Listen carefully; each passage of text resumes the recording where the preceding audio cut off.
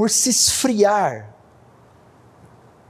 o amor, uma das características, um dos frutos, seria a ingratidão. As pessoas seriam ingratas com você. Elas se esquecerão do bem que você já fez a elas.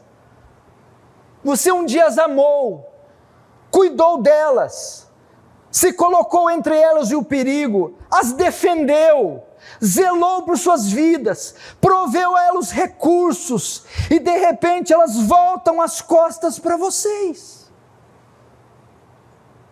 Você se lembra de José? José é acusado de violentar a mulher de Potifar, condenado à prisão, à masmorra no Egito. E ele é preso junto com o padeiro e com o copeiro-chefe.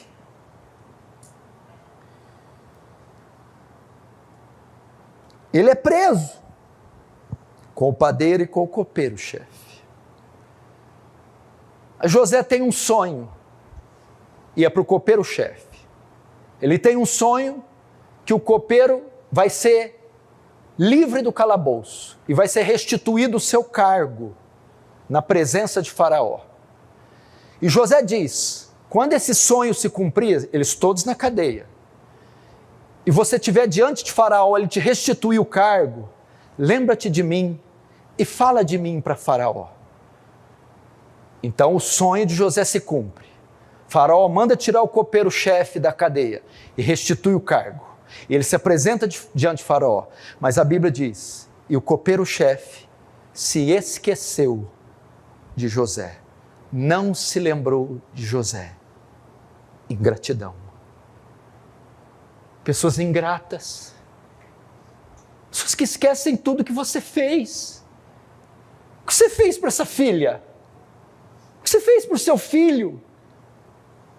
Será que esses meninos esqueceram das suas noites de sono? Quantas vezes você deixou de comer para ele comer? Abriu mão das suas finanças, investiu, depositou nele os seus recursos.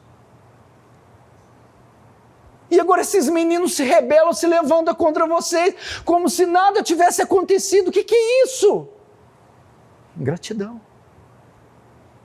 Ou pessoas que você ajudou, que Deus colocou na sua vida, que chegaram descalças, chegaram sofrendo, desprezadas, humilhadas, feridas, e você abriu os braços, abriu sua casa, você acolheu, pregou o evangelho, você amou, e amou sem reserva, sem nada em troca.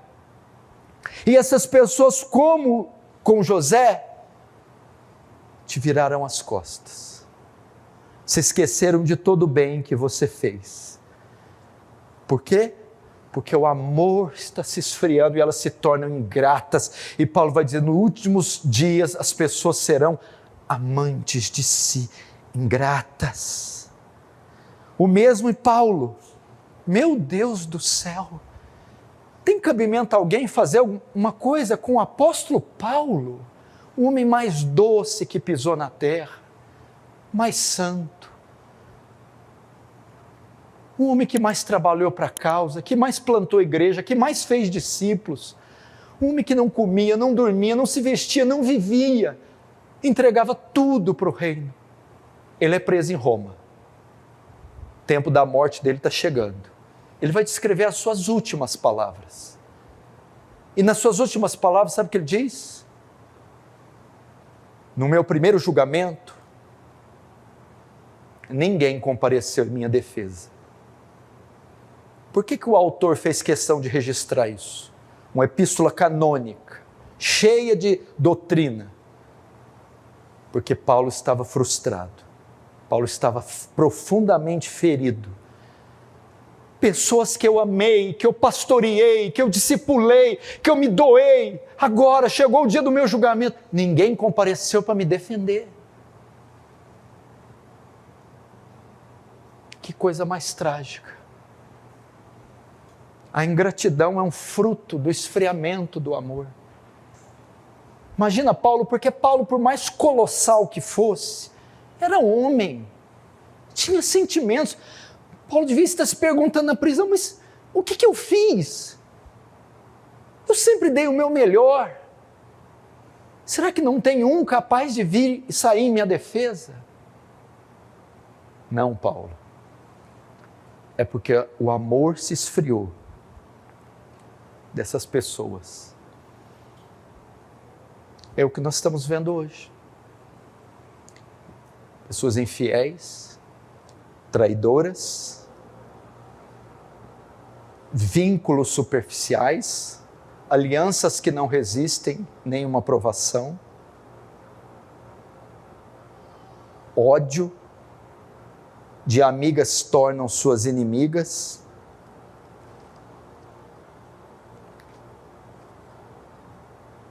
ingratidão. A ingratidão é amarga, a ingratidão dói. Irmão, não é fácil viver nesse mundo, não. Principalmente para aqueles que se doam, para aqueles que amam o próximo, para aqueles que contribuem. Você sentir isso na pele é terrível. Mas Jesus diz, o amor de muitos, outras traduções de quase todos, se esfriaria. E estamos falando de gente aqui dentro, gente entre nós, com essas características. A quarto fruto da inefetividade, do esfriamento, é bem irmão dos outros, o egoísmo. Egoísmo. E o texto também diz que, de Timóteo, que nos últimos tempos as pessoas seriam egoístas. É uma geração que pensa só em si e em mais ninguém. Eu estou perplexo, porque eu caminho nos corredores da sociedade. Eu sou um pastor que tá presente em biqueiras, favelas, hospitais, presídios, velórios. Eu trafego em todas as camadas da sociedade, no meio da elite, do rico, do pobre, da criança, do jovem. E eu estou perplexo com esse sinal, o egoísmo. E me parece que a pandemia revelou com mais força isso. Sinônimo de egoísmo, um amor exagerado pelos próprios interesses. Um amor, uma tensão exacerbada pelos próprios interesses. Egocentrismo. Egocentrismo. Pessoas egocêntricas, egocentradas, centradas no seu ego. O que é uma pessoa egocêntrica? Indivíduos cujo compromisso e ações estão confiados em si mesmas, ou em si mesmos. Elas são insensíveis às necessidades dos outros. Esse é um fruto do amor se esfriando. Egoístas. A pandemia revelou, cada um por si e Deus por todos. O meu ditado é outro, é cada um por si e Deus por ninguém. Todo mundo tentando livrar o seu, garantir o seu. Uma geração extremamente egocêntrica, centrada em si mesmo, nas suas próprias necessidades, e um descaso com a necessidade alheia absurda. Deixa eu te dizer algo, é impossível que o egoísmo se concilie com o espírito do Evangelho. O Evangelho é o oposto do egoísmo. É inconcebível que um crente seja egoísta, porque a palavra diz, Jesus é claro, dar e dar-se-vos-á. Paulo vai dizer, mais bem-aventurada coisa é dar do que receber. Jesus, ele mostra o clímax, a antítese do egoísmo em Filipenses 2, que haja em vós, vós quem? Nós, o mesmo sentimento que houve em Cristo Jesus, a mesma postura, que sendo em forma de Deus, não julgou por usurpação ser igual a Deus, mas esvaziou a si mesmo, tomando a forma de homem, de servo, e sendo obediente até a morte e morte de cruz. O que esse versículo fala?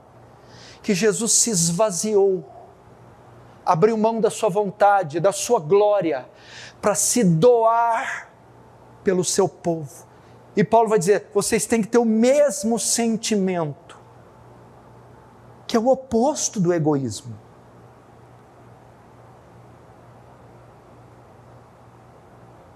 O que Jesus disse no Sermão do Monte? Quem tem 2 túnicas, reparta com quem não tem nenhuma. Se pedir para caminhar 1 milha, vai 2 com ele. Bendizei os que te maldizem, orai pelos que vos perseguem e vos maltratam. Fazei pelo próximo aquilo que você gostaria que fosse feito por você. Mas é uma geração extremamente centrada em si. Como que pode? Tem gente morrendo ao nosso lado. Tem gente mais necessitada que nós. Ninguém tem tão pouco que não possa doar. E ninguém tem muito que não possa necessitar.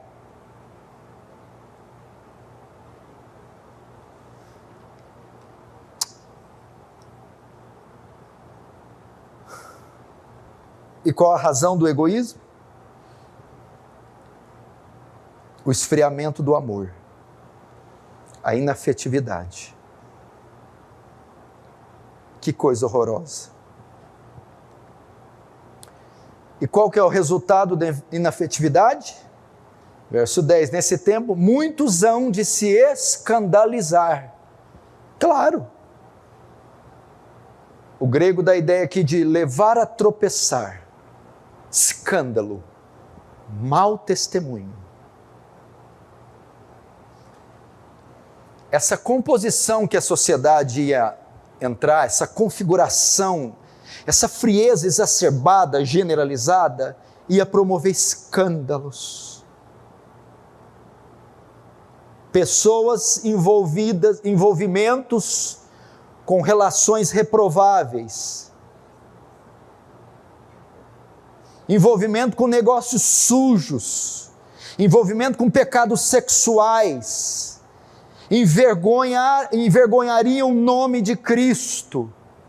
Esse esfriamento traria isso, escândalos, tropeços. E Jesus disse em Mateus 18:7, ai do mundo por causa dos escândalos. Mas é mister que venham os escândalos, é necessário. Mas Jesus pronuncia um oráculo de maldição, ai do mundo por causa dos escândalos. Essa geração fria, essa inafetividade produziria escândalos.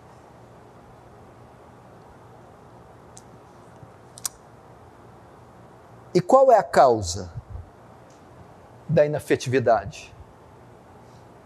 O que tornaria as pessoas tão frias? Isso aqui, eu não estou fazendo uma narrativa do que vai acontecer daqui 100 anos. Eu estou reproduzindo o que você vê na televisão, no seu bairro, na sua sala de aula e até dentro da igreja. O que causa a inafetividade? O que deixa essas pessoas desse jeito?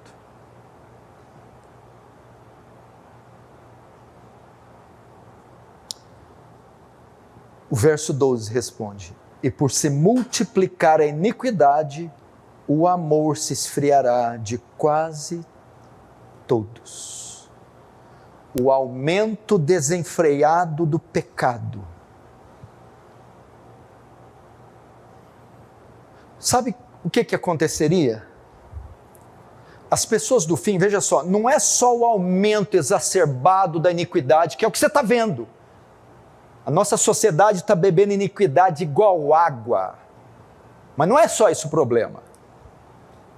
Onde que o peixe vive? dentro da água. Mas o peixe não tem noção do quanto ele está molhado, do quanto ele está imergido na água. A questão aqui é que as pessoas se tornariam insensíveis ao pecado.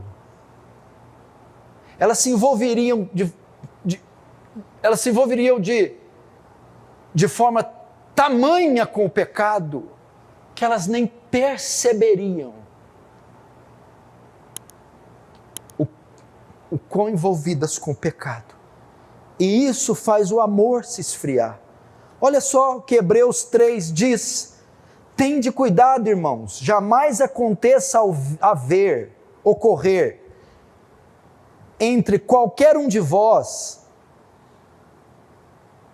um coração perverso e incrédulo, para que te afaste do Deus vivo. Pelo contrário, não deixa. Exorta-vos mutuamente cada dia durante o tempo que se chama hoje, a fim de que nenhum de vós se endureça, se torne insensível pelo engano do pecado. Entendeu? O pecado endurece, torna o coração insensível.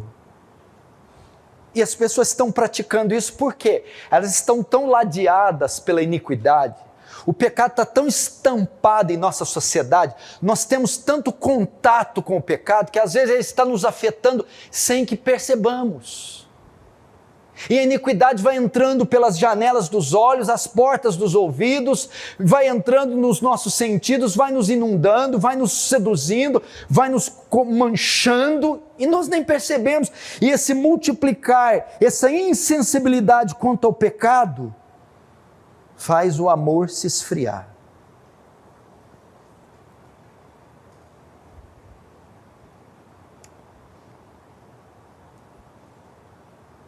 Isso que as pessoas nem percebem o quão egoístas são,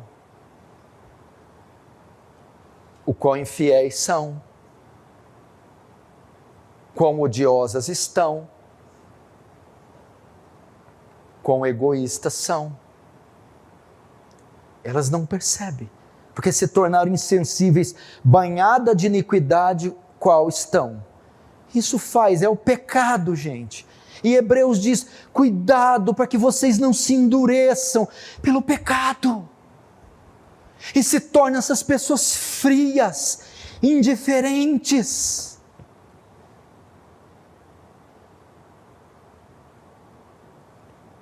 Nós não podemos permitir isso. Eu, como pastor desta igreja, tenho que fazer tripas coração para isso não acontecer.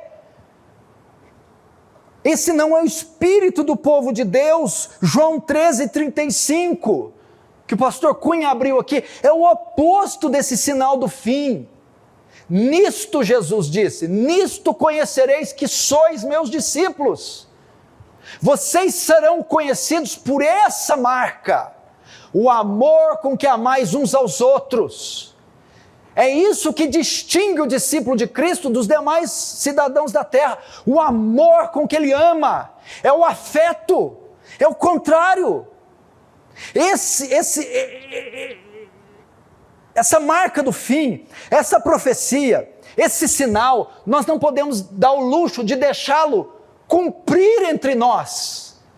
A inafetividade, o esfriar do amor, porque é contrário à posição da igreja, o espírito da igreja. Nisto sereis conhecidos como os meus discípulos. Nisto conhecereis que sois meus discípulos, se vos amardes uns aos outros. Paulo vai dizer, o amor não faz mal ao próximo, de sorte que o cumprimento da lei é o amor. Sobretudo, revesti-vos do amor, que é o vínculo da perfeição. Paulo vai dizer, a ninguém devais coisa alguma, a não ser o amor com que devais amar uns aos outros. Toda a lei se cumpre nessa palavra, amará o teu próximo como a ti mesmo.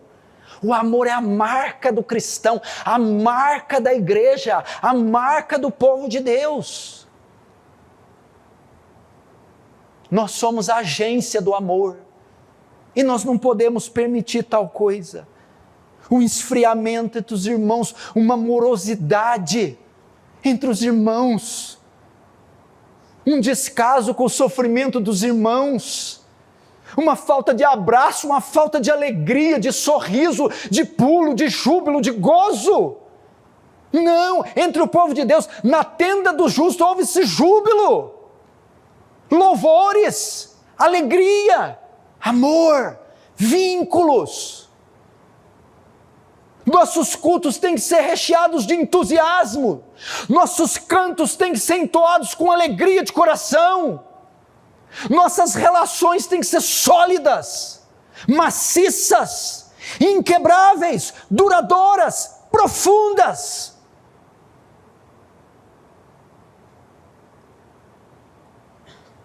Sobretudo tenhais ardente amor uns para com os outros, porque o amor cobre a multidão de pecados. É um amor ardente, é um amor pronto a dar a vida.